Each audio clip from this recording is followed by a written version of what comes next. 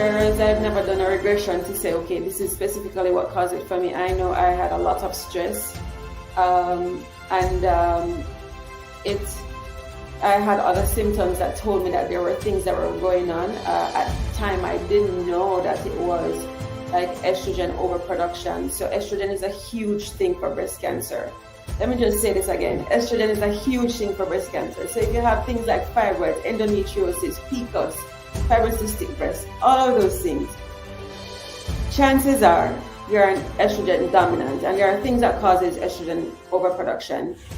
And there are things like Shandira mentioned, the things that you put on your body, the chemicals in your ear, the things that you use to clean your floors, xenoestrogens that come from things like plastics. So there are a lot of things that contribute. I'm telling you, this is an experience that you really, no matter how private you are, this is an experience you don't want to do alone. You know, your network and village might not be as large as mine, and mine might be smaller compared to hers.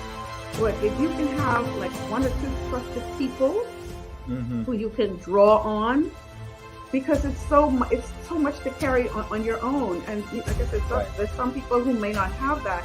And I think that's where the support groups are so helpful. But understand, it's a process. It's a process.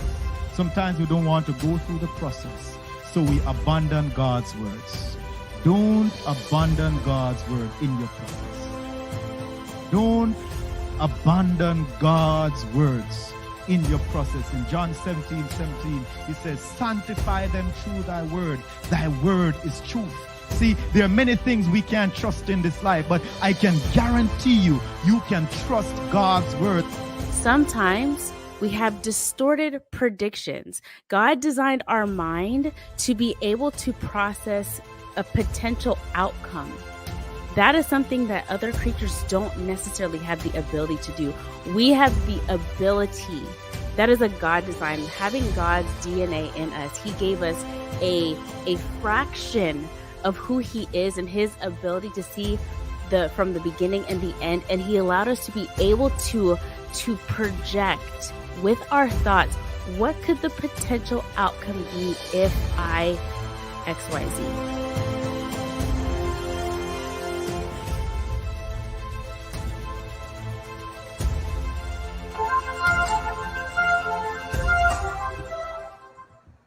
Hello, and welcome to another exciting episode of Zoom Hope Live. I want you to know that I've been looking forward to this particular show from, I believe, the beginning of this month.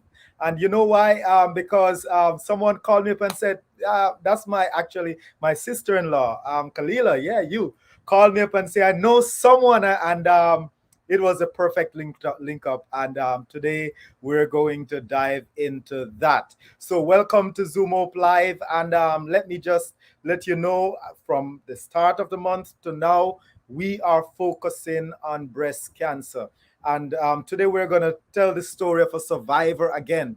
So it's Surviving Breast Cancer, Hope for Tomorrow. This is my story. So it's not my story, but it is our guest story. So please, go over to zoomhopelive.org, and we want you to follow us on all of our major platforms. And please, it's zoomhopelive.org. Please go there and follow us.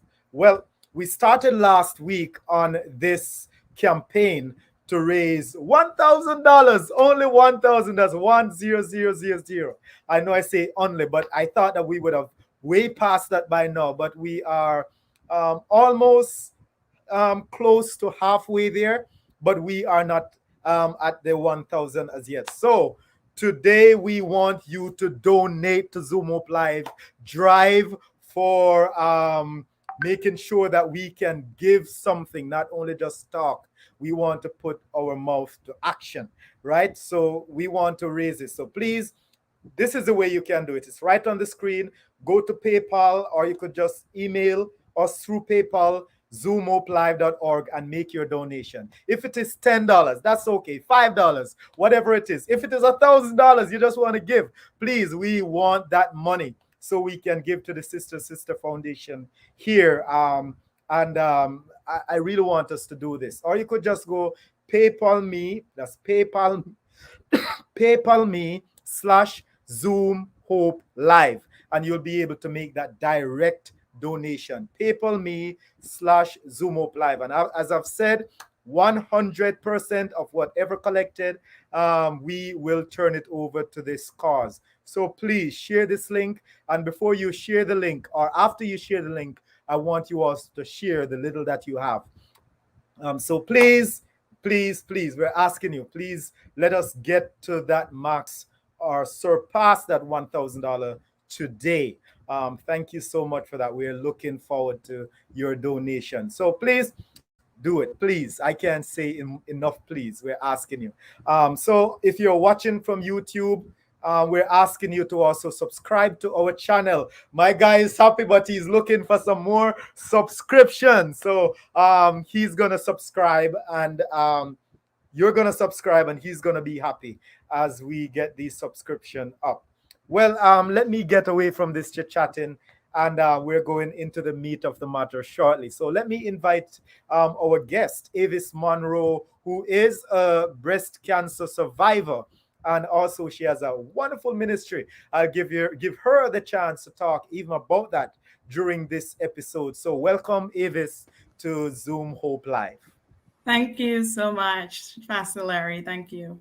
All right. So it's good to have you on Zoom Hope Live.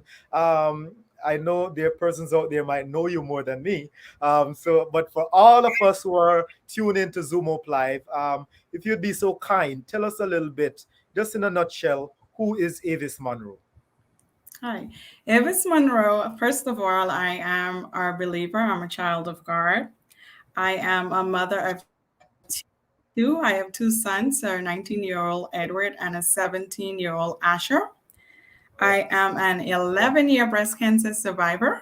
March next year will make me 12 years. Whoa. I am an accountant by profession.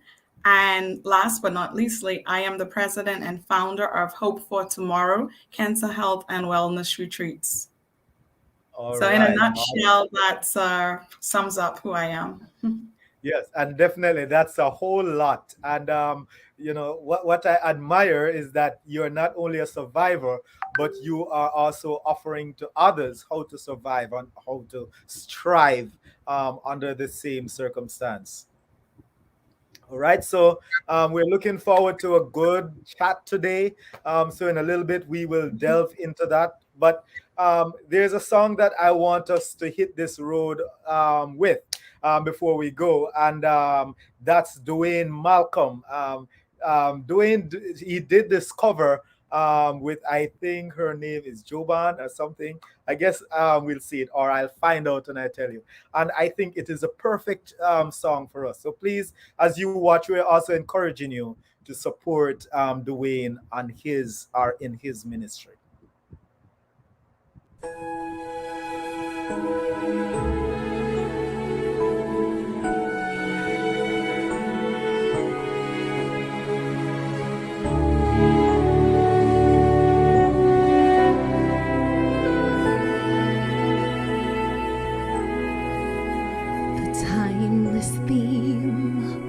Earth and heaven will pass away. It's not a dream. God will make all things new that day. Gone is the curse from which I've stumbled and fell. Evil is banished to eternal hell. And there'll be no more night.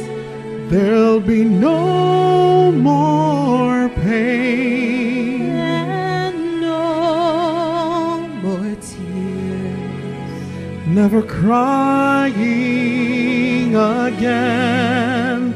Praises to the great I am. We will live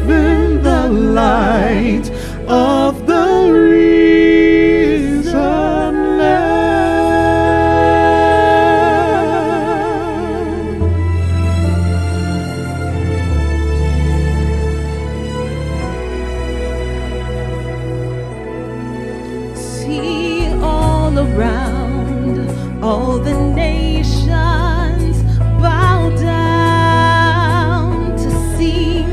The only sound is praises to Christ the King. And slowly the names from the book is read, and I know the King, and there is no need to dread. And there'll be no more night. There'll be no more pain. And no more tears. Never crying again. Praises to the great I am. We will live in the light of the risen Lamb. See over there, there's a mansion prepared just for you and me. Where I shall live with my Savior eternally.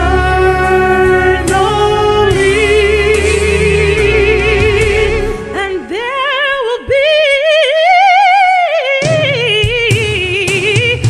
no more night. There'll be no more pain, And no more tears, no more tears. never crying again. We'll sing praises to the great I am. We will live in the light of the risen Lamb. Oh, praises to the great I am. We're gonna live in the light of the risen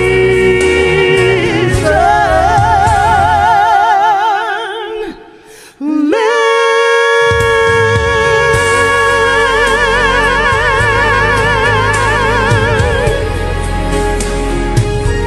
The risen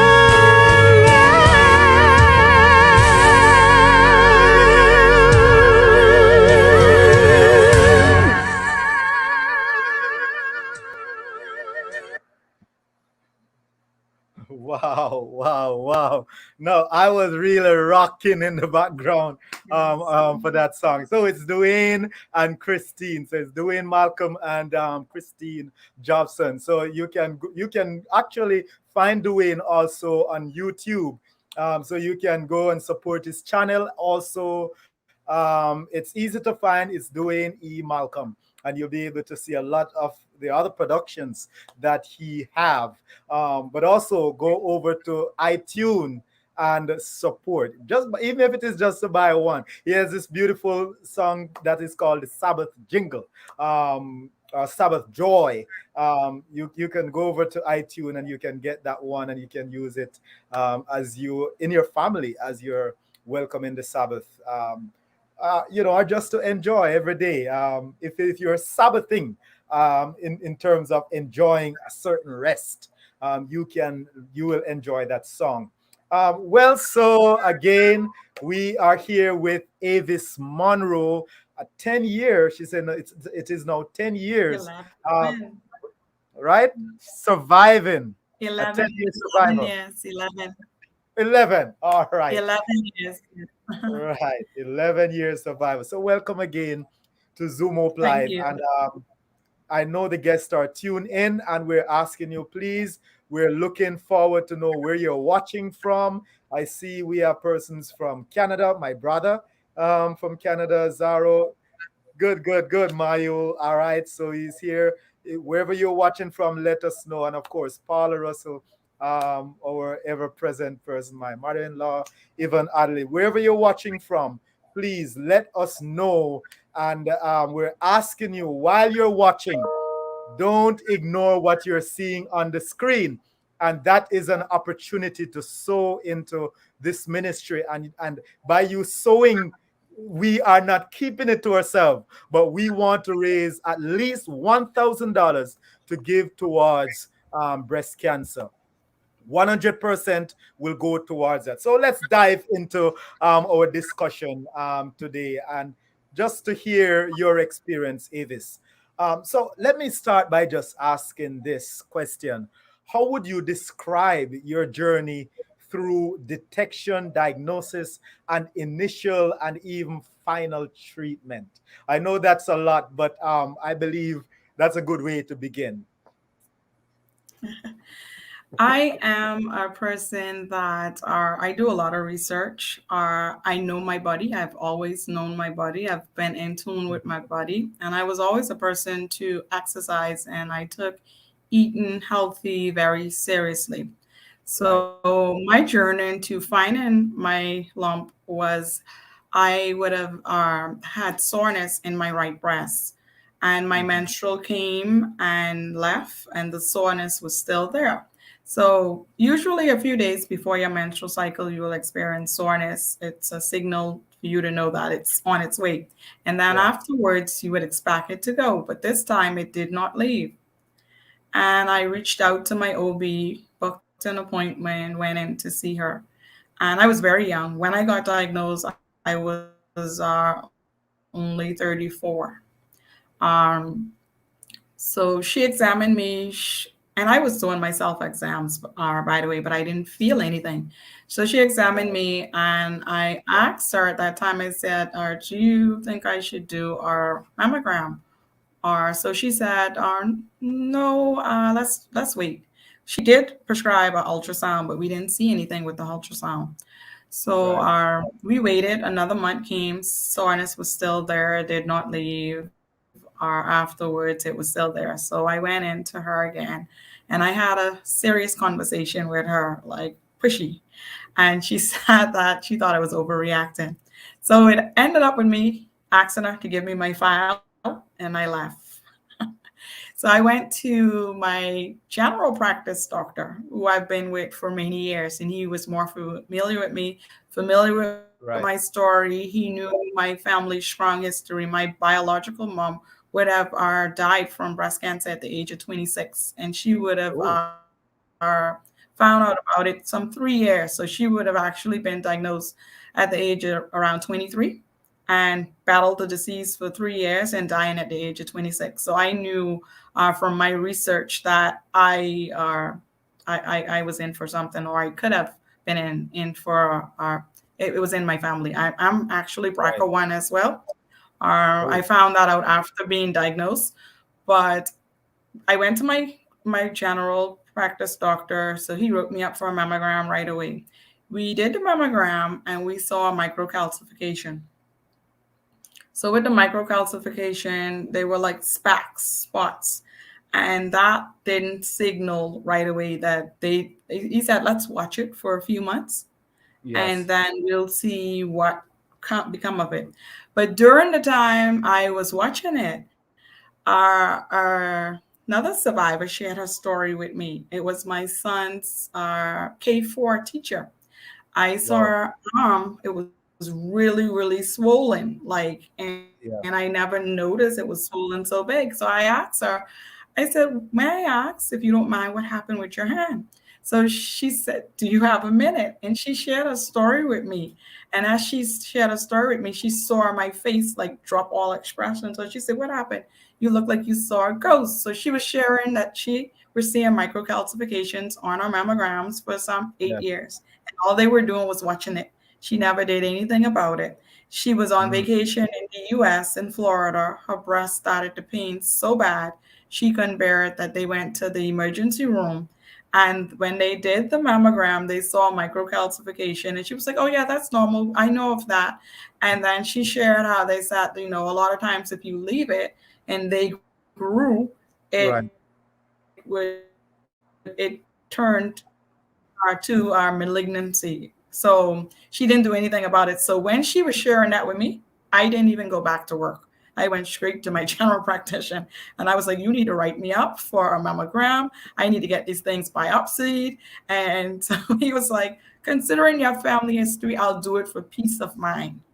And we did it. And I would have found I had a small lump. It was a 1.5 centimeter. Yeah. But what would have happened in that time between the conversation I had with the school teacher and when I took my file from the doctor, Yes. that was in 6 months. So that lump would have grown. That was that aggressive. It would have grown to 1.5 centimeters within 6 months. Wow. Wow. So So it's intriguing as you go on, right? Because you're saying that you're normally healthy, you exercise a lot, and also you're aware as well because your right, mother your mother died at 26.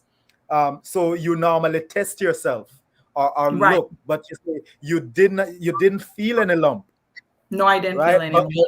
But really a pain, because that tells me something, right? Because throughout this month, in my reading and listening, what I'm hearing a lot is that, check yourself.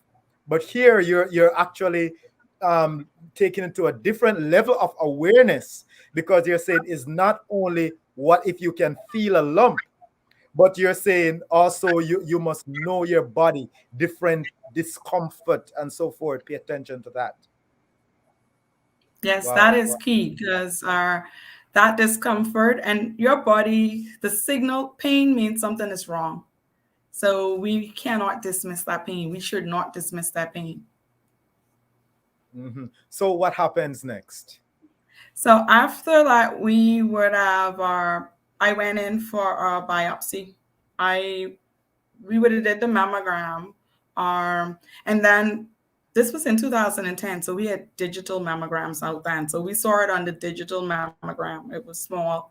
We saw it on the digital mammogram, and I would have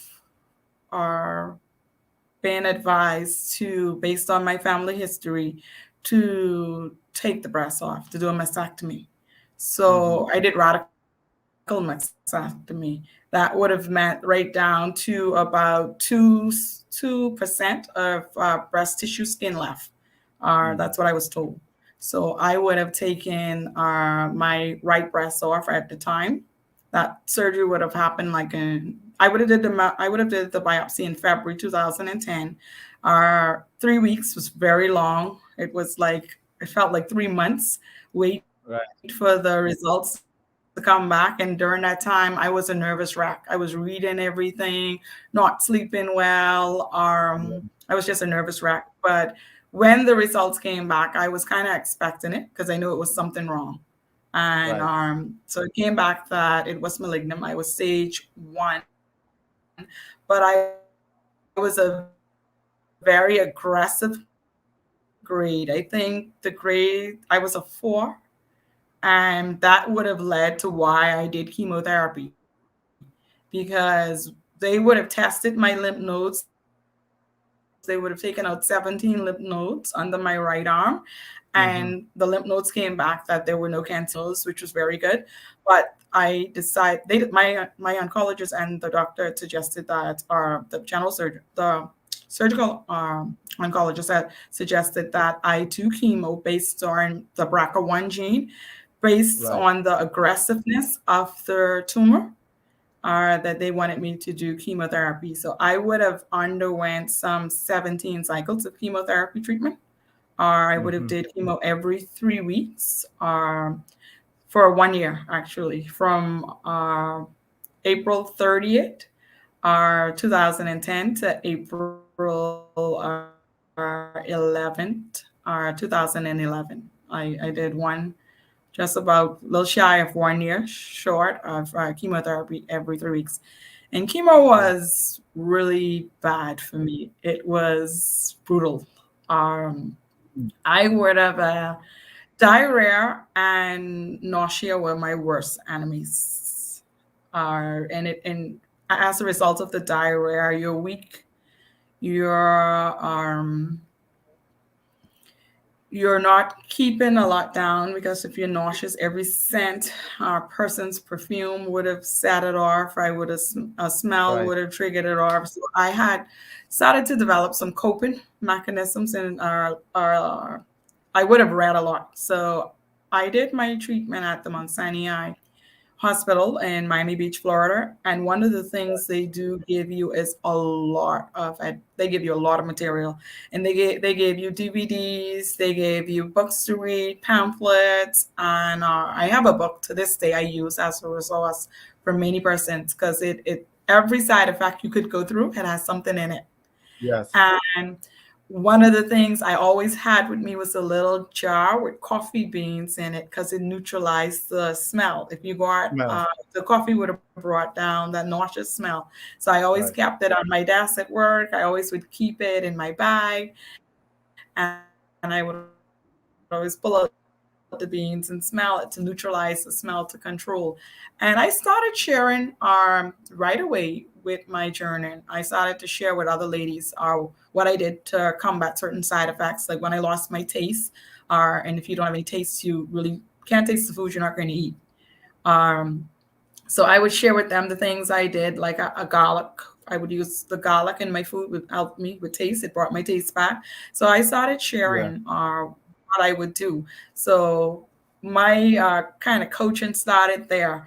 But what founded hope and birthed hope for tomorrow for me was that I went through Yeah. a very bitter divorce, a nasty divorce, when I was going through chemo, 4 months in. And during that time, my blood count would have plummeted. And my oncologist had said to me that they would give me an injection. I was on the iron. I was on certain meds to pull up my count, but it wasn't staying up long enough for me to get chemo. And so my oncologist had said to me that she was going to hospitalize me for about a week. And I dreaded the Yeah. hospital, because my journey, I would have done the chemotherapy, I would have done the biopsy, the surgery, and I didn't want to go in the hospital. So I was begging and pleading, bargaining with her not to go in the hospital. So she had told me about this retreat that they offered for ladies. And she said, you know what, you're going through a divorce, you're going through a rough time, you do a lot of traveling, you have a high stress job, you're an accountant. And she said, maybe you just need a break, a weekend getaway, a break and what's not. So she said, but this retreat, yeah, so she said, this is retreat that I think you can benefit from. She said, it's free. I'll recommend, once I recommend you, it's free. And she said, all you have to do is pay a registration fee of $100 to lock in the spot. And she said, then everything is taken care of. Your living accommodations, your meals, ground transportation, everything. You just have to get there. So we agreed on that. I said, I'll try it. And I went to the retreat, and it changed my life.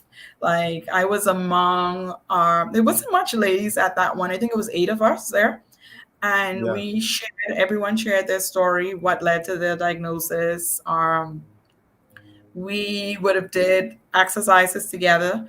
It taught us a lot of coping skills, and we had a lot of fun. It wasn't like you're in a day-to-day work and you're used to, okay, I have to be to work at, you have to get up 5:30 in the morning because you have traffic, Right. you have to beat traffic in the road. So that, like, all of that, you had no worries. It was on a farm.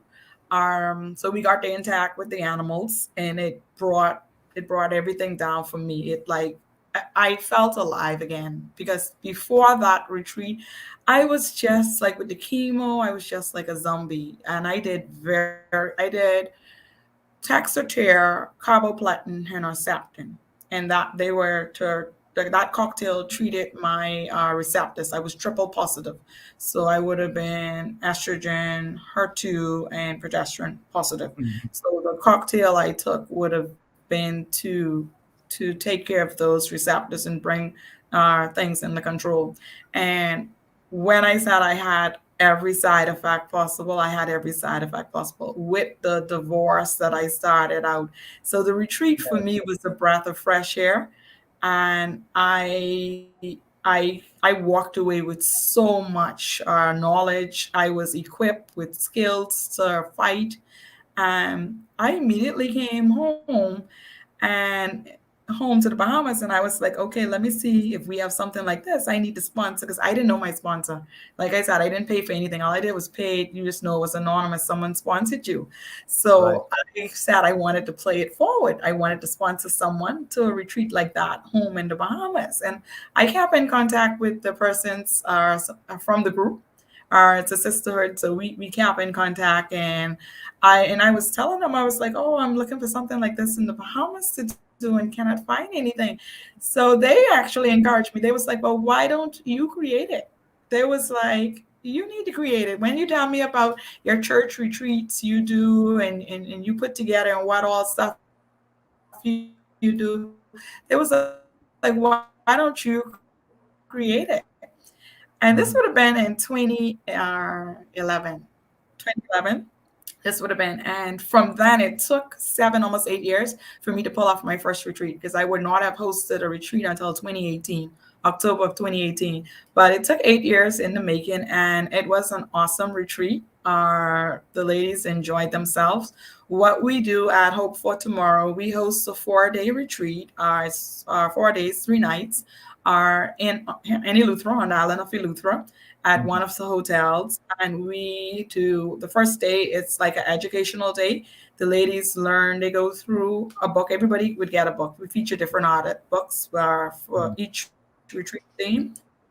They would get a book. We go through the book. We go through the material. The material usually is skills like eating habits. It teaches them are taking care of your bodies.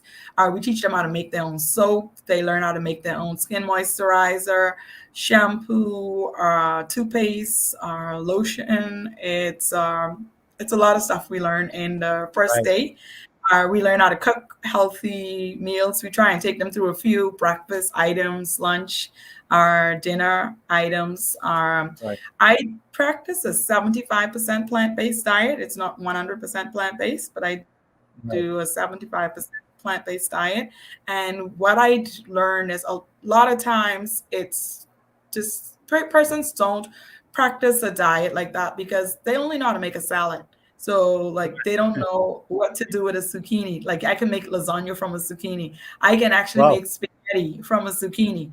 They don't realize that even with an eggplant, you can make your lasagna from an eggplant as opposed to pasta. And so we would teach them these skill sets, and then they have that's on the first day. The second day is a fun day. So we take the island of Eleuthera by storm. We would start with the Glass Window Bridge. We would do the Safari Blue Hole, Preacher's Cave. They swim with the pigs. We take them to Spanish Wells for lunch, or depending on which part of Eleuthera we're in, because I've done a retreat in North Eleuthera and I've done one in South Eleuthera, and so the activities are a bit different in South Eleuthera, but we have a fun day where they go out and they enjoy the environment. At the same time, they're learning about exercising, and so the theme of the retreat is to teach you balance, to balance your life, or balance your choices. I am an accountant. I work. Sorry. You were saying something? So I know we're gonna go some more in the retreat, right? But I'm thinking there's a lot of stuff, right, that you lay out, right? You talk about balance in your life, right? So and it's like sometimes some things come at us and we wonder, can this be balance? And you say you're an accountant, so balancing is very important. Very important. You're not gonna be able to leave work until you get that thing balanced. Right. So I know a little bit from my wife, even though she's not an accountant. She has give service for many years in that field. But you talk about the I could share a strategy for that. Go again. No, I said I'll share a strategy how I balance at work, even though I work long hours. I'll share a strategy. Definitely. Right. So you stated something that now it is actually coming home to me, because first episode this month, Dr. Frankenson, he stated that many husbands actually take a retreat to not return to their wives during this kind of diagnosis. I'm smiling, right? But it's tough just to hear that. It is. And so I can only imagine how grueling that experience is. You have done you're doing chemotherapy. You have lost your breast, and now your marriage. So Yes. the question on my mind is, how did you find hope? Because you move from the fact that this is your experience and start to share how you find hope for tomorrow. But I cannot pass the first word, because Zoom Up Live, we have that word and it's for a reason. It's personal, right? So the question is, how did you find hope? And this is second discussion point. How did you find hope each step of the way, especially in this situation here? So I'll take it back a bit. I was married 11 years before I got diagnosed with cancer. Whoa. I would have got married in 1999, and I would have got diagnosed, well, before I was married for 11 years before I started my divorce process. Right. So while my marriage was up and down, but I did not believe in divorce. My church did not teach divorce. So I was always taught to make the best of everything. So I was in Right. it for the long haul. And I would always take the blame for whatever went wrong. I would say, okay, it's my fault, and apologize. And that was the role I played in my marriage. I was supposed to be submissive and supportive. I tried to keep that role as best as possible, but that created a Right. lot of stress for me. Yeah. And like I would have found out with my diagnosis, because one of the things that was afforded to me, what I was fortunate to have, was I had a team of about 8 persons at Mount Sinai. And so I would have had sessions with a psychiatrist every time I went to do chemo. My chemo treatments would have been 10 hours. I was allergic to Taxotere. So what would have happened was I would have had to get 2 bags of steroids before they started to infuse the Taxotere. So it would have disguised the Taxotere in my system. But during that 10 hours of chemo, I had several appointments. So I would meet with a psychiatrist, I would meet with a dietitian and a nutritionist. And part of the problem with my husband had started out going to those meetings with me. So in one of the meetings, he talked, like I was in a session and he was there as well because he would have benefited from it. And he was talking to me so badly. They asked him to leave the room. They actually put him out. And my oncologist said to me, she said, I'm actually going to structure you just see the psychiatrist today. So I want you to just have a conversation with her today. And she said to me, she said, Avis, she said, we studied your case. And she said, we kind of wondered based on how you exercise, how you eat, what led to this. And she said, I can see the stress and the abuse. She said, you're not getting physically abused, but she said, emotionally is just as bad. And she said, you're just accepting it. And she said, it's more toxin than the chemotherapy you're taking. Because I was always on her about the chemotherapy. I lost all my hair, my nails would have dropped off, they got black. So I was saying it was so toxic. So she said, your marriage is so toxic. She said, I can say something to you. She said, if you stay in that environment, you wouldn't make it to the end of this year. And it opened my eyes, because prior to that, I was just accepting it. And I was saying, I'm thankful that at least I have someone to go through it with me. But I really didn't have anyone to go through it with me because the negativity was so toxic for me. You're it stressed out. it actually wasn't helping my situation, it was actually making it worse. Right. So that conversation with her that day, and then with the psychiatrist that day, and we were able to sit down and address some of my fears, because I grew up without my father in my life, so I would have without my biological father in my life, because after my mom would have died, I would have went to live with my aunt and her husband, so they were like my parents, but my biological father was not involved in my life until I was in my late teens. So I did not want that experience for my kids, so that was part of one of the reasons I would have stayed there. Right. And when I just sat down and really like addressed the elephant in the room, how negative it was for me and toxic it was for me, I made up my mind to move on. And I would have actually did counseling to help me cope and to help me in along that journey for some years afterwards. I would have did counseling and I would have gotten counseling for my children. So that's one of the things I encourage persons to do, because a lot of people think I'm not going to go to a counselor, I'm going to open up to someone, talk my business, tell them what's going on with me, because they feel vulnerable. But I always encourage persons to speak to a counselor. Yeah. um, Yes. Yeah. it was one of the it was one of the tools that helped me, and it gave me a lot of tools. It equipped me with a lot of tools. I love to exercise. I love to walk or jog. And for me, if I have a really stressful day and I have a good run, I just leave it all on the tracks, leave it all on the road, and I come back and I like to take on the world. And it like kind of boosts me and energizes me. Right. And I would say my faith in God, I learned during chemo and during my divorce, Right. I learned to walk moment by moment, not even day by day, because chemo would have hit me really bad, where I was weak, where I couldn't walk no long distance because I got really tired. So I really learned to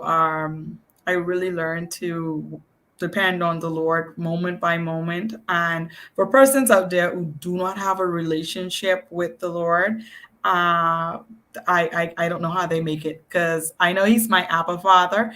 And even to this day now, I don't do anything without prayer. When I get in the car in the morning, I pray, and I pray when I get up, and I give Him thanks for life. And I did I wrote a lot of scripture down about my house on the mirror, in my room, by my nightstand, in the kitchen. And I would actually use that scripture to fuel me and encourage me when I was not feeling that I can make it. Or I would do like so simple as, nothing is impossible with God. And I would meditate on those scriptures. I would do my deep reading exercises, because that was one of the things that they encourage you at the hospital to do, your light exercises, because we're tired. So they showed us exercises we could do in our bed with our arms and legs and our little weights and stuff. And one of the things I would do is when I did my deep reading exercises, I would actually inhale to a scripture, and I would use one of the scriptures to meditate on and to do my deep reading. And they're tools I use to this day to cope with stress at work. I mean, because you could sit to your desk, and I actually have on my watch deep reading 1 minute exercise, so it prompts me to do my deep breathing exercises. And the same time, I use that opportunity to put God's word in me, because that word is what I use to make it. Wow, wow. There's a lot. There's a lot going on. There's a lot going on, and many times, we we just think of maybe one thing that is happening, but there were many things that were going on in your life, and you're saying that foundation to foundationally you dealt with it from the standpoint of your faith in God. Well, so we're gonna take a little break. We're gonna take a little break, and in that short break, it's just a couple of seconds. We want you to just see what is happening here in the Bahamas. It's called the audacity of faith. The audacity of faith, and just listen to this snippet. It is from Dr. Peter Joseph, and it's for an upcoming evangelistic series, the Real Harvest Experience, Audacity of Faith, which will be taking the virtual space. So please just listen to this snippet, and we will be right back. When God makes a promise, he will keep a promise. Right. When God makes a promise, he will keep a promise. I know it's a little bit, so if we could just keep that. I'm going to share you, I'm gonna share, allow us to share the a poster for that series right now. And if you're out there and you're wondering exactly how can I become get to become a part of this evangelistic series that is coming up, you can either send an email to Zoom Up Live or any Seventh-day Adventist church in the Nassau, and we'll be able to give you more information. You can also go on Facebook and YouTube and type in the Audacity of Faith, and from there you'll be able to join and be a part of this virtual series that is coming up. So as you are faced with whatever you're going through, you don't have to face it alone, but you can face it with a community and put your faith to practice. So please, tomorrow it will be on live. And before we're finished, I'm going to make sure we also drop the link in the chat so you can know exactly how to click on to this series as well. So we're here with Avis Munroe, who is telling us her story of survival and her story of creating what is known as hope for tomorrow. And she began by telling us a little bit about that. But before we go into that, we want to tell you again, or give you the opportunity to sow into Zoom Up Live Ministry. When you do that, you are not only thinking about us who have a big vision, but you're also thinking about what we are wanting to do. And what we're trying to do is to raise $1,000. It might be a little bit, you're saying, you guys crazy. You should be saying 20,000, right? But we're trying to raise $1,000, or at least $1,000, to donate 100% of that proceed to a local breast cancer foundation, which is the Sister Breast Cancer Foundation. So please PayPal that donation to us. If it is $5, if it is $10, $20, $100, or $1,000 or more, PayPal to zoomoplive@gmail.com. And you can also do PayPal me/ZoomOpLive, and you will be able to make your direct donation. If you can't go through all of that, please send, you know what, take my number, put my number on the screen, Spence, and call me up so that you can make your donation. And as I've said, 100% of whatever is collected, we will donate it. That's what we're doing. That's the ministry. That's how you sow in this ministry. So Avis is here with us, and she's telling us her story, a story of hope, a story of survival, a story of grind, but it's also a story of glory. And as a result of that, she's here sharing her experience with us. There have been highs and there have been lows, but through it all, God has always been constant to her. Avis, you talk about that balance, and many of our viewers would like to know exactly how to strike that balance, how to get that balance, how to get that balance. And tell us, those who might have cancer, breast cancer, or any other kind of cancer, are just going through life, how do you find that balance? What's your strategy? For me, you have to be intentional about it, because there will always be demands, there will always be deadlines, and an accountant is always reporting.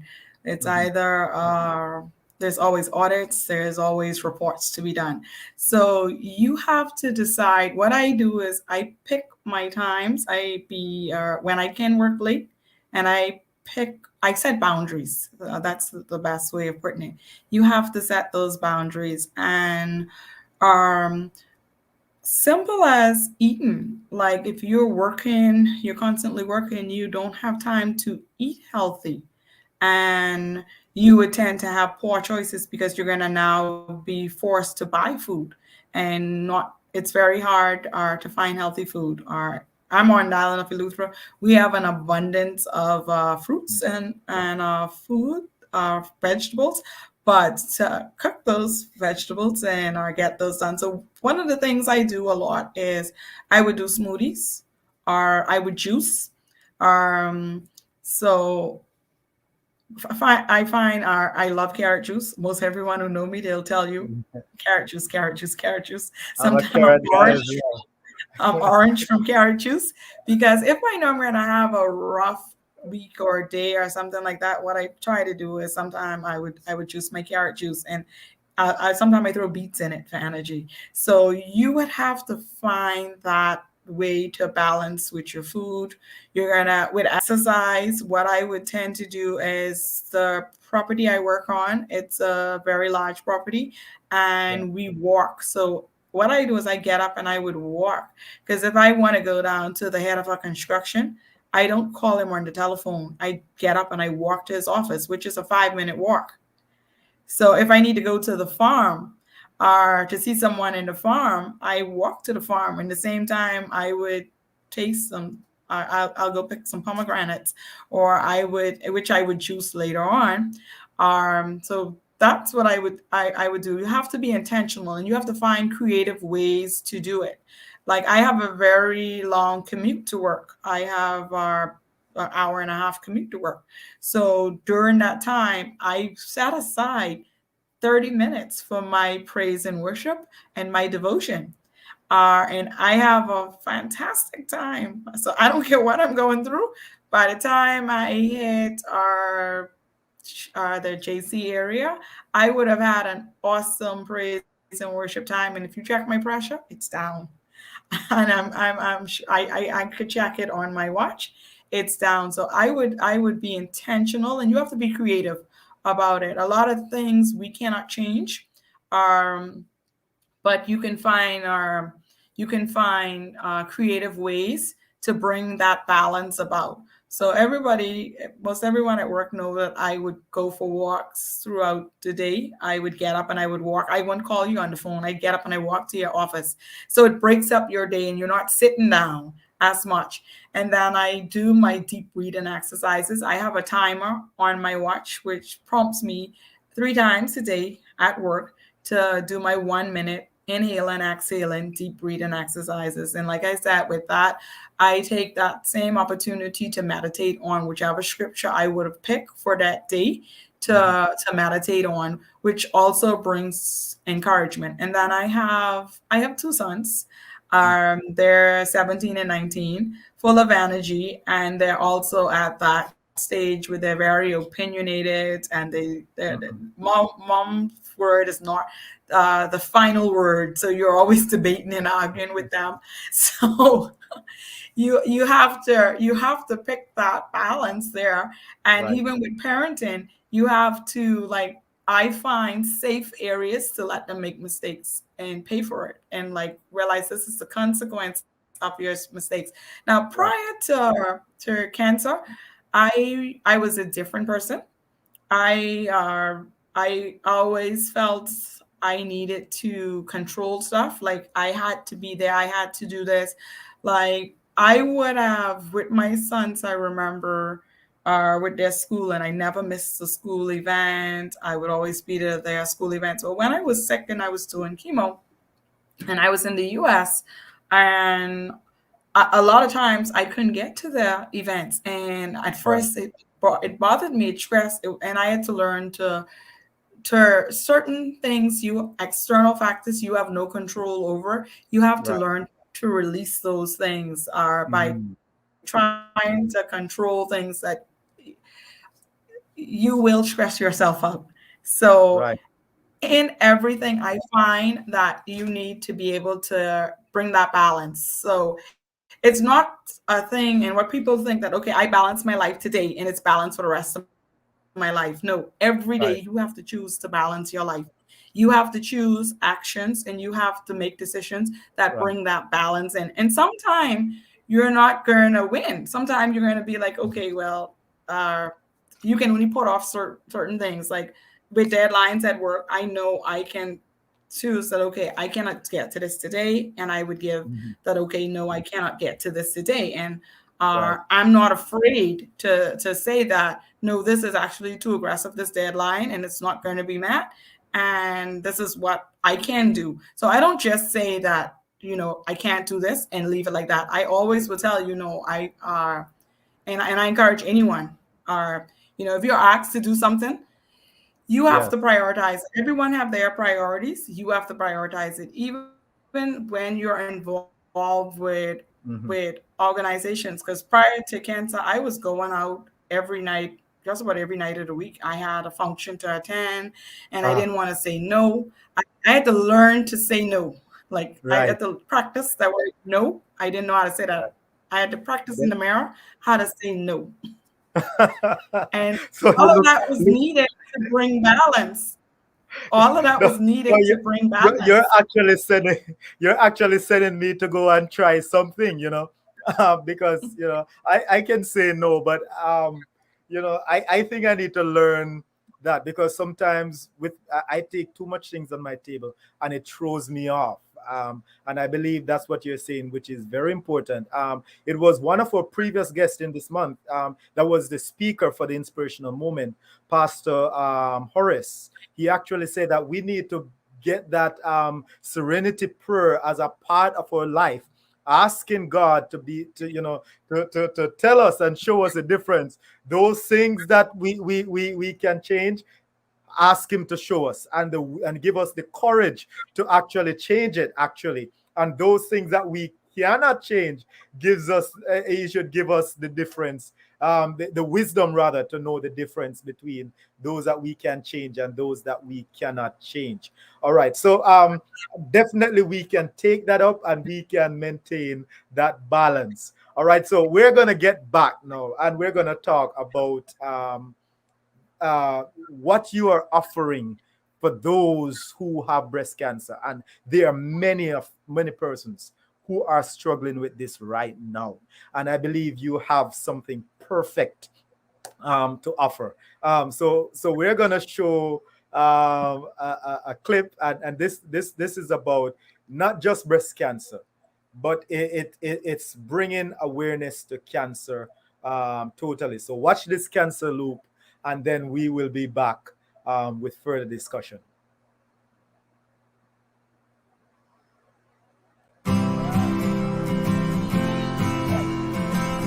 Some say you'll never be alone. Some say that things cannot go wrong. But when you come undone, it's true. Sometimes you feel it's only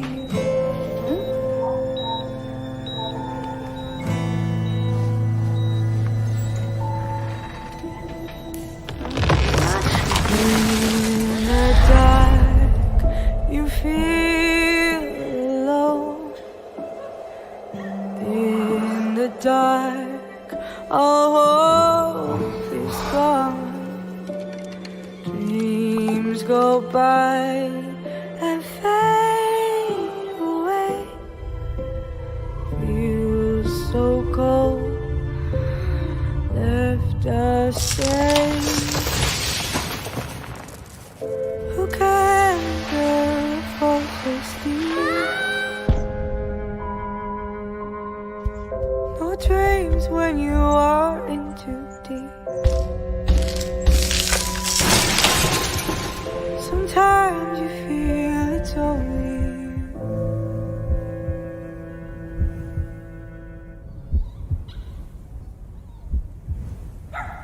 Don't give up, don't fall apart. Let the warmth inside your heart make you come back home. Let the sun lead your way. As long as love fills your heart, you know you'll never fall apart. You know you'll never fall apart. As long as love fills your heart.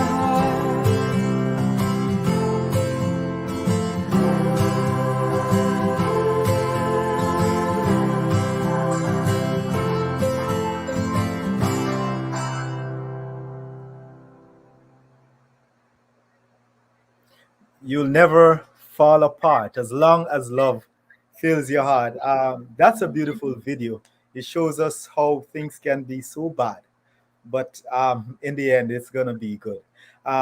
We're here talking with Avis Munroe, president and founder of Hope for Tomorrow Bahamas. And she has been here sharing her story as a breast cancer survivor, and it's been phenomenal. It touches my heart, and we want you to be able to do something that will be able to touch others in an intimate way. And Zoom Up Live, we are trying to raise at least $1,000 to give to the Sisters Foundation here in the Bahamas. That's going to be our surprise gift to them. So please, we're trying to raise that. Zoom Up Live at gmail.com. You can go through PayPal and make that donation. PayPal me/Zoom Up Live, and you'll be able to give that donation. If you don't know how to do all of that, you can just call me up, 124-2824-1562, and I'll be able to work it out so we could get that funds and make 100% will be sent to this foundation. All right, so we have been talking and you have said a lot, but one of those things that you have said is the idea of what you put on you. And in previous episode, persons talk about the different ways that individual can, the different things that can actually impacts you, and we want to get into that. So I am just seeing my producer saying, Spencer saying, please engage the audience. Yes, so there's so much going on, I somewhat forget. So let me see if you have your questions. I'm sorry I wasn't looking, so let's go through and see if you have your questions or comments. If you have them, please, we're looking for your questions and we're looking for your comments. I see that you're very in tune with what is going on, talking about the importance of marriage, talking about your experience, Avis. Joan said, man, it has been brutal. Toxicity can be brutal. And I believe I know exactly she was referring perhaps when you're talking about your situation. And one thing that can also compound it is the idea of dealing with different stressors in your life that you cannot control and bring into becoming you stressed. So please, Zoom Up audience, we're asking you if you have any question. This is your final section. After I look back again. So if you have any comments or question, perhaps there's something you want to ask Avis, please ask that question. She's offering it free right now. So ask it, and she'll try and see if she could offer any assistance to answer that question. So we will be looking out for that. So you talk about putting on your the things that you put on you, such as your lotion and such as your soap and so forth. I have heard that before this month as it relates to breast cancer. What do you offer in terms of helping persons who want to be able to know how to do that? So what I do was, it's really expensive to to purchase soap or the handmade soap. It was really expensive. So what I learned to do is I've spent a month at Centurion in Tennessee. I'm not familiar if you're familiar with Centurion, Mam and Wilson. So I would have spent a month there, and they taught me so much. One of the things we learned there was to make the charcoal soap. So I'm a soaper, and then I would have did soaping with another Adventist, Marlene McKinsey. I'm not sure if you're familiar with Marlene Marlene. McKinney. Yes. Right. So one of the things I do, and we spend a day doing at Hope for Tomorrow retreats, is we teach ladies to make their own soap. So we do the Right. cold press soap, and we would teach them how to make their own skin moisturizer, and all from our natural stuff and organic stuff. We would teach them how to make their own deodorant. Right. We would teach them our toothpaste, um, and for lip balm. So I've not purchased lotion, and I think shortly after I was diagnosed, I make my own skin moisturizer. I, for the most part, would make my own soap, because 60% your skin is your biggest organ. And so Yeah. once you put something on your skin, it's in your bloodstream within 20 minutes. Mhm. So I find that the arm deodorants I were using, it was causing aches and pains under my arm, seeing that I had lost 17 lymph nodes on my right side. So one of the challenges I had was finding soap at affordable costs. Right. And I used to use the Cetaphil lotion. I don't know how much the Yeah, cream. you see, And that was yeah. like $32 for a Mhm. container. Right. And it was very taxing. It's taxing on your pockets. So Yeah. I just resorted to making my own skin moisturizer, and then I wanted to share. I always believe in playing it forward. So Right. at the retreats, we teach people how they can kind of take ownership and take control of their wellness journey. So we find if you can cook healthy and eat healthy, and if you can de-stress or with walking and meditation, and we give away skipping ropes at the retreat. I usually give persons skipping rope, because that's one of the exercises I can do even if I get them late at night. Right. So as an accountant, I find that, sometimes you're getting them dark. Most of the time I'm getting them dark, but I can go on my driveway, pull out my skipping rope, and I can skip 15 skips. I could do 15, like, bap, bap, bap, bap. And then, so one of the things we do is we empower you and just try and teach you creative ways to do certain things. But they learn a lot. It's a lot impact in those 4 days, the retreat.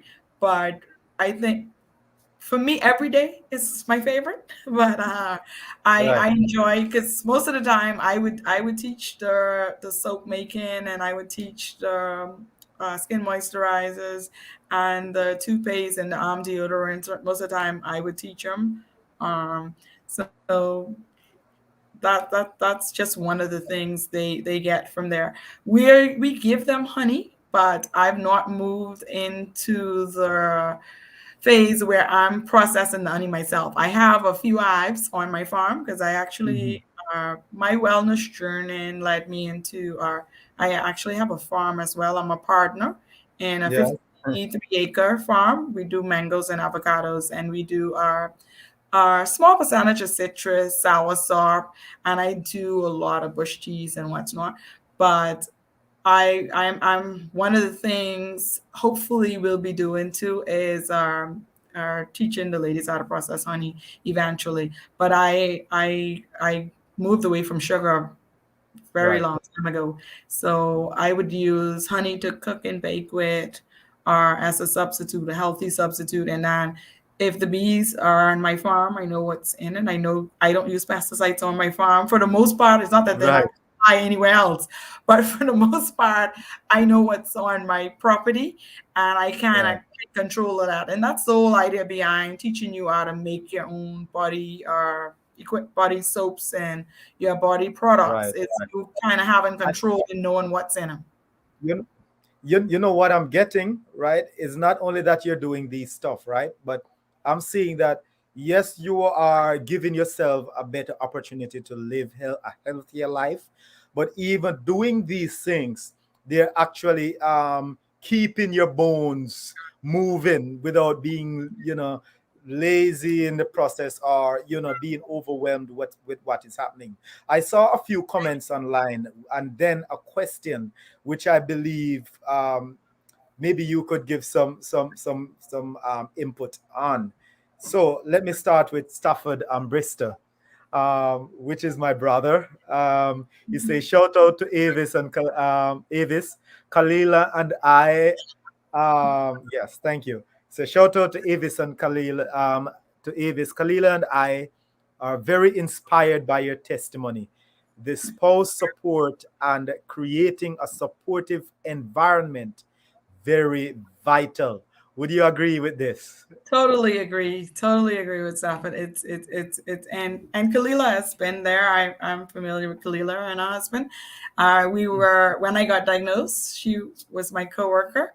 We were at the same bank, so she knows where I've come from. She and then Faith and I would have went through our treatment, our alternative treatment, our Right. buddies, and we shared a lot of our recipes, and we would have shared a lot of experiences at the same time. And it So you is so you inspiring. know so you know they can't believe then. Yes, Yeah. yes. All right, all right, all right. So I think I could eat some of your recipe. Yeah. Faith is a can't believe expert for us vegetarian. I can't believe it's not it, ice cream. I can't believe it's not. Yeah, I learned so much stuff from CMOS. I like at the Mammon Wilson Centurion. I learned so much.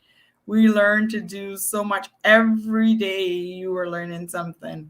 Uh, Right. and the walks, the walks. I actually practiced the walks at the retreat. So in the morning after the ladies have the breakfast, we encourage them to go for a walk. So it's so much good nuggets I took away, and all of them I've integrated into Hope for Tomorrow to make it better. Because each year we would improve. Each year we do the retreat, we would have improved on it. Right. So, Kezia Johnson, this is her comment, and this is a really moving one. My dad died from stage 4 pancreatic cancer when I was 8, and it was tough. We're sorry about that, and we pray God will continue to be with you, Kezia. So I truly feel so happy for people who survived any kind of cancer.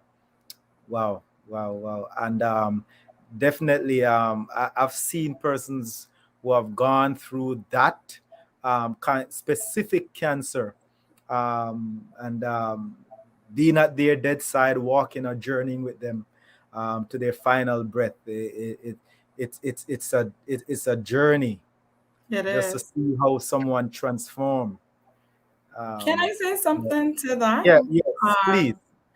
I like I said, I lost my mom at the age of 6. My mom died 2 weeks before my 7th birthday. And for Mhm. me, it was really, really rough. Um, Mm, because when she did chemo, she was sick. And like I said, she did a 3-year battle with cancer. And very short. it for me, I went in a nutshell. I went into a shell when my mom died because I Yeah. would have seen her in her last moments take her last breath, and it did something to me mentally because I was so quiet. I would just sit in class and stare and didn't speak, and people thought I wasn't paying attention, or they would say I was Yeah. dumb and what's not. And that would have happened to me for some. I was in grade 2 when my mom died, and I did not really come around until I was in grade 7. Back, my mom would have died in 82. So back then, they did not like seek counseling for you, and they just said, well, you were kind of like quiet, weird, or something like that. Um, I would not have gotten true healing from my mom's death until I got faced with cancer. And it came full circle to me because I questioned God. I wanted to know why he took my mom away. Why would he do that? I was an only child. So for me, why would I was just left there all by myself. I questioned all of that. Right. So it wasn't until I saw my mom in pain. I know my mom was on morphine. I heard the drug morphine, only got to know about it like afterwards, what extent it is and what it did to you. And I got true healing from my mom's death when I was going through my cancer journey. When I went through the cancer experience is when I would have gotten true healing, and I would have realized that and I encourage persons to just talk to someone and work out those things. Because at the age of 6, and my mom used to always be sick, and I was a child, wanted to play, wanted her to come outside and do things with me. And I used to remember, Mommy, you always sick. You're not this. I don't want to see you. You can't do this and that. So I was that selfish at the time. And I can only say this now, thinking back to it, that I was like, I had to pray and ask God to forgive me. And I had to realize what she went through. And I'm so thankful for the counseling I got and how it helped me, or it pointed me in the right direction, and it brought healing to that womb I got. Because I felt I never got to say goodbye to my mom. So it was like that closure was not there. And when I went through my counseling, I was actually able to find and get that closure and heal.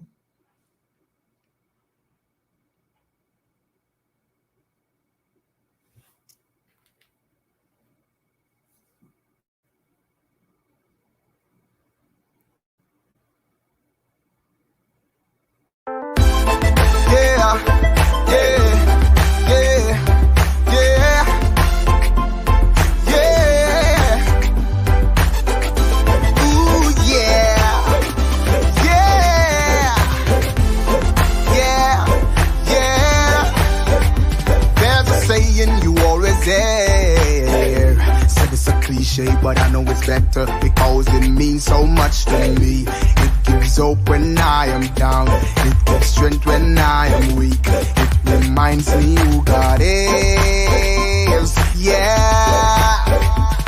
Enough time we fill with problems. No one there to solve them. When things are and there's no way out, Christ turns up and turn it around. Turn your darkness into light. Take your load and make it light. Because it's good. Yeah. When I say God is good, you say all the time. When I say all the time, you say God is good. When I say God is good, you say all the time. When I say all the time, you say God is good. He's been my strength, my shield, all the time. Provided food and shelter, God is good. He opened up my eyes when I was blind. So I got to let you know. When I say God is good, you say all the time. When I say all the time, you say God is good. When I say God is good, you say all the time. When I say all the time, you say God is good. He's giving me happiness and joy all the time. He's giving me hope when I was lost. God is good. He opened up some doors when I was in need. So I got to let you know, yeah, God is good. You say all the time. When I say all the time, you say God is good. When I say God is good, you say all the time. When I say all the time, you say God is good. Say with me, God is good, God is good, good. God is good, God is good, good.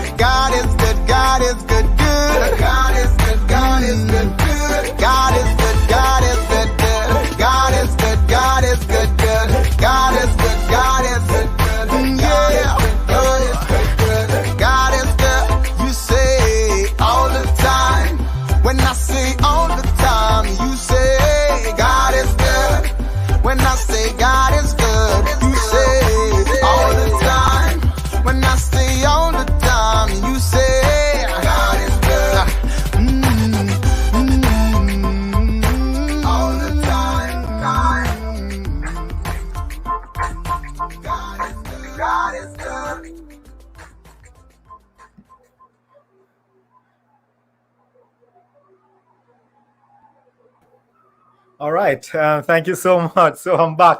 A little bit of technical difficulties, but of course, our producer cover that as I lost internet connection.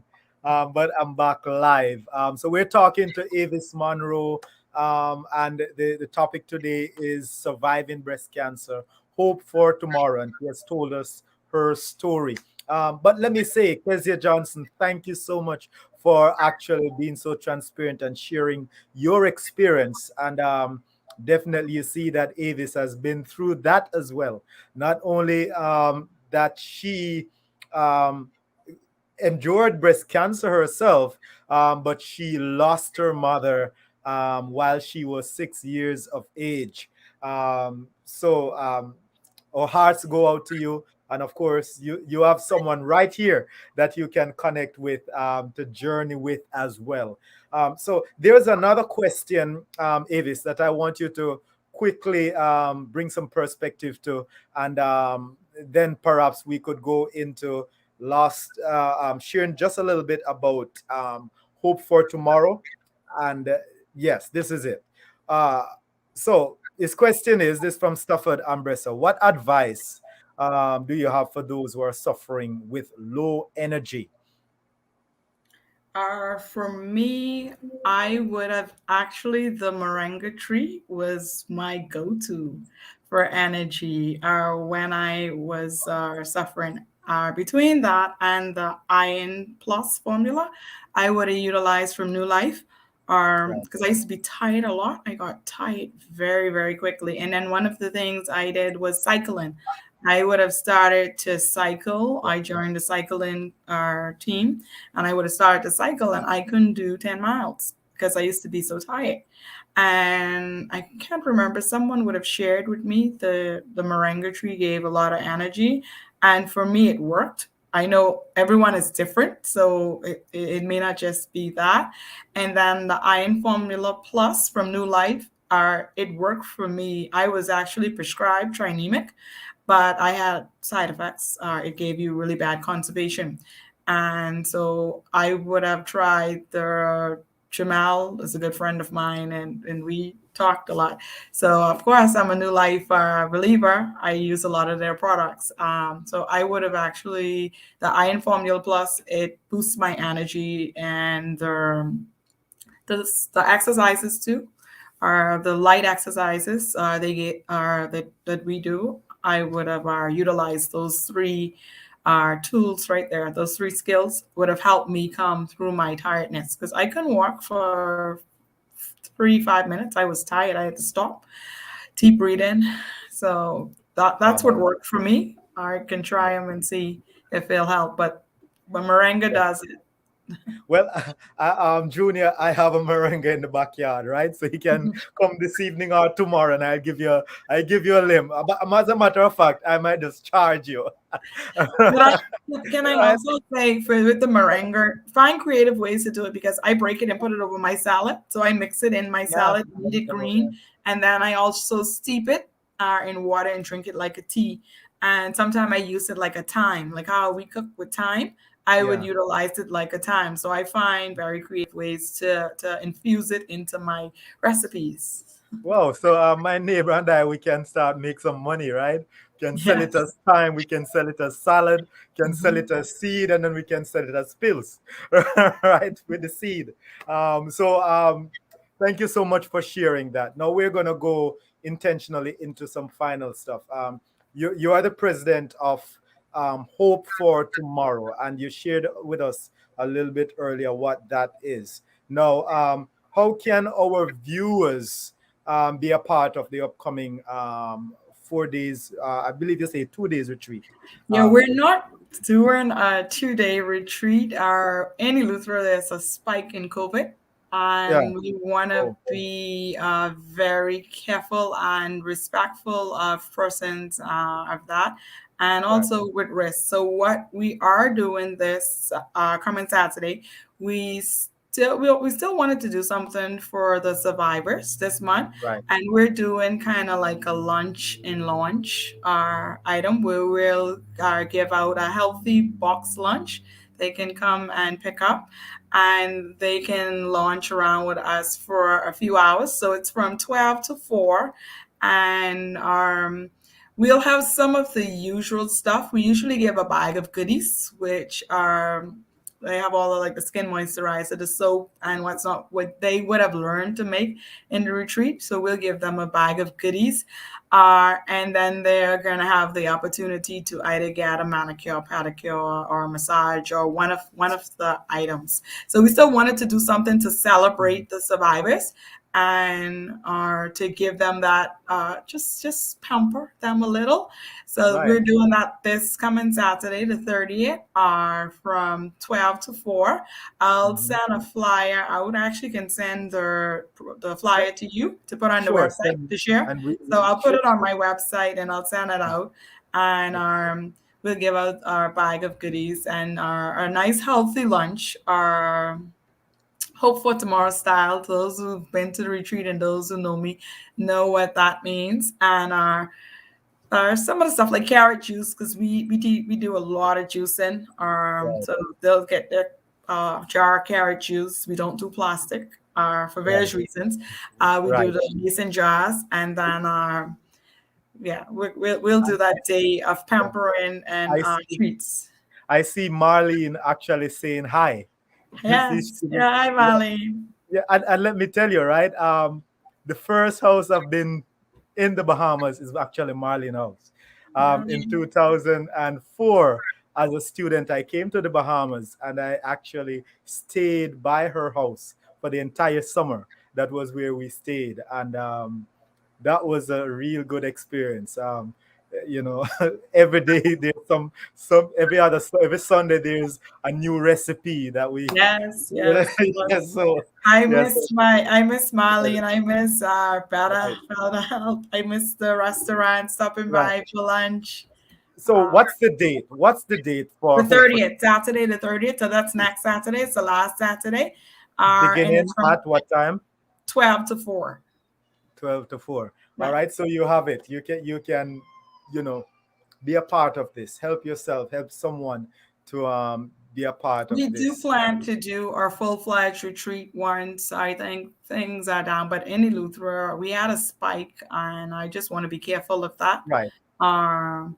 And respectful of that. And I know some persons are anxious and concerned about it. So we're doing a nice healthy box lunch.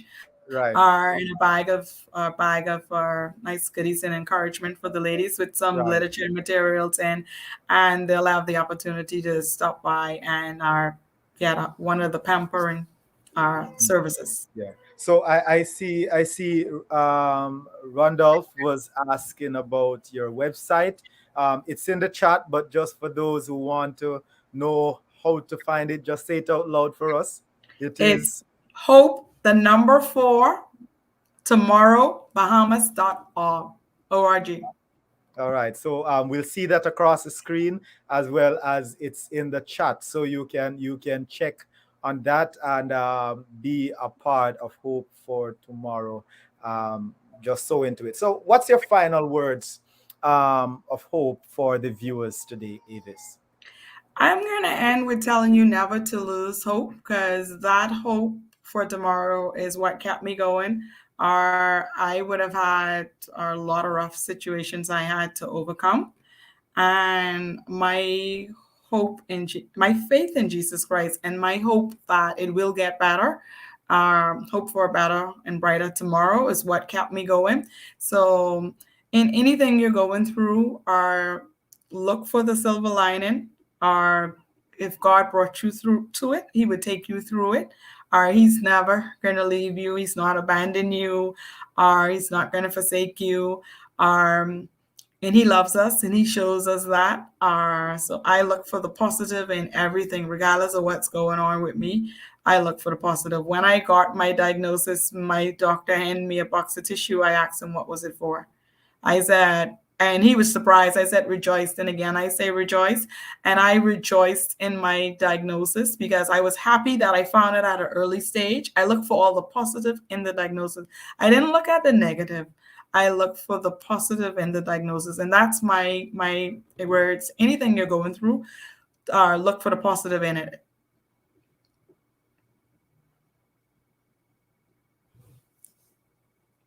You're muted. Yeah, thank you so much. A whole lot. And you've been so awesome today in sharing your experiences, not only with breast cancer, but outside of that, divorce, the death of your mother as a child growing up without your biological mother, and even getting to the point where finding hope and actually dealing with it when you actually receiving that. You have covered so much talking about you having what you say, the RACA genes, The uh, BRCA BRCA, gene. BRCA genes, Yes. BRCA BRCA genes. Yeah, one. yeah. And not only that, you think about only persons in that category, but you talk about what you actually eat and what you actually put on your skin that can risk someone, developing breast cancer or not being able to fight breast cancer and surviving. So I believe we have received a treat today, and from the depths of our hearts, we just want to say thank you. And of course, we'll chit chat a few seconds after we're finished. But thanks again for making it Zoom Up Live. And we pray God continue to bless you and to keep you and to prosper your ministry and your family. Thanks again, Avis. Thank you for having me. Thank you. All right, so we'll talk a little bit now. Thanks again, Zoom Up family, for really tuning in week after week as we try to bring you programs that we believe will touch you, the Zoom Up family. Please follow us on zoomoplive.org, and there you can interact with all of our website. By the way, we're streaming today on 3 platforms: on Facebook, on Twitter, and also on YouTube. We're streaming on all of those. So wherever you're watching from, thank you for joining in. Follow us on Facebook, Instagram, and Twitter, and on YouTube. Please subscribe to our YouTube channel. We are on a serious radical audacity of faith drive. Yes, and we're trying to raise $1,000. That's yes. $1,000. We're trying to raise this $1,000 to donate towards our local breast cancer foundation, which is the Sister Sisters. So please go to PayPal and make your payment. It's easy. Just type in PayPal and you just send it to zoomoplive@gmail.com, and the funds will come just like that, right? Or you could just PayPal me /zoomoplive, and you'll be able to see the instruction. You just type in how much you want to give, and we will receive that money. So please, please do that. If it is $10, $5, $100, or even more, we will accept it, because we want to give, and whatever we receive, we will return 100% of that towards the Sister Foundation. So please, then we also have coming up tomorrow, it's the Audacity of Faith Real Harvest Experience with Dr. Peter Joseph. You can't afford to miss this. That's 7 p.m. tomorrow, October 24th. And we place the link in the chat. We're going to do that again, the Audacity of Faith experience, and you don't want to miss it. Please click on this link and your life will be transformed tomorrow. The Audacity of Faith Real Harvest Experience. So as we go, there are 2 videos that we want you to keep on your mind as we go. We will play first. We'll play, I don't know what my producer is going to do. We will play breast cancer education. And then after that, we will go into the Hope for Tomorrow promotion. So God bless you until next week. On behalf of Kevin Spence, our engineer and co-producer, I am Larry Green.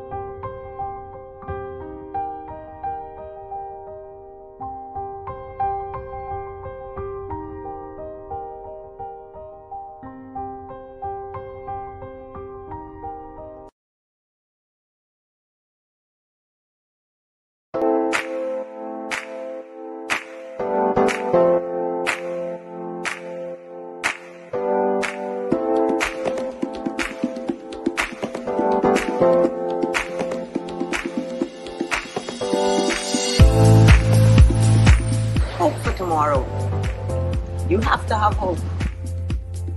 I always remember that there's a battle and a brighter day ahead. So that hope for tomorrow was what kept me going. Hope for tomorrow is not just about the 4 days. It's a jump start. Telling somebody about the experience, you have to be there to see what it's like. It was really, really about the feeling. I felt like I was just getting away from it all. It was an awesome experience. I just was everything I needed at the time. 3, 2,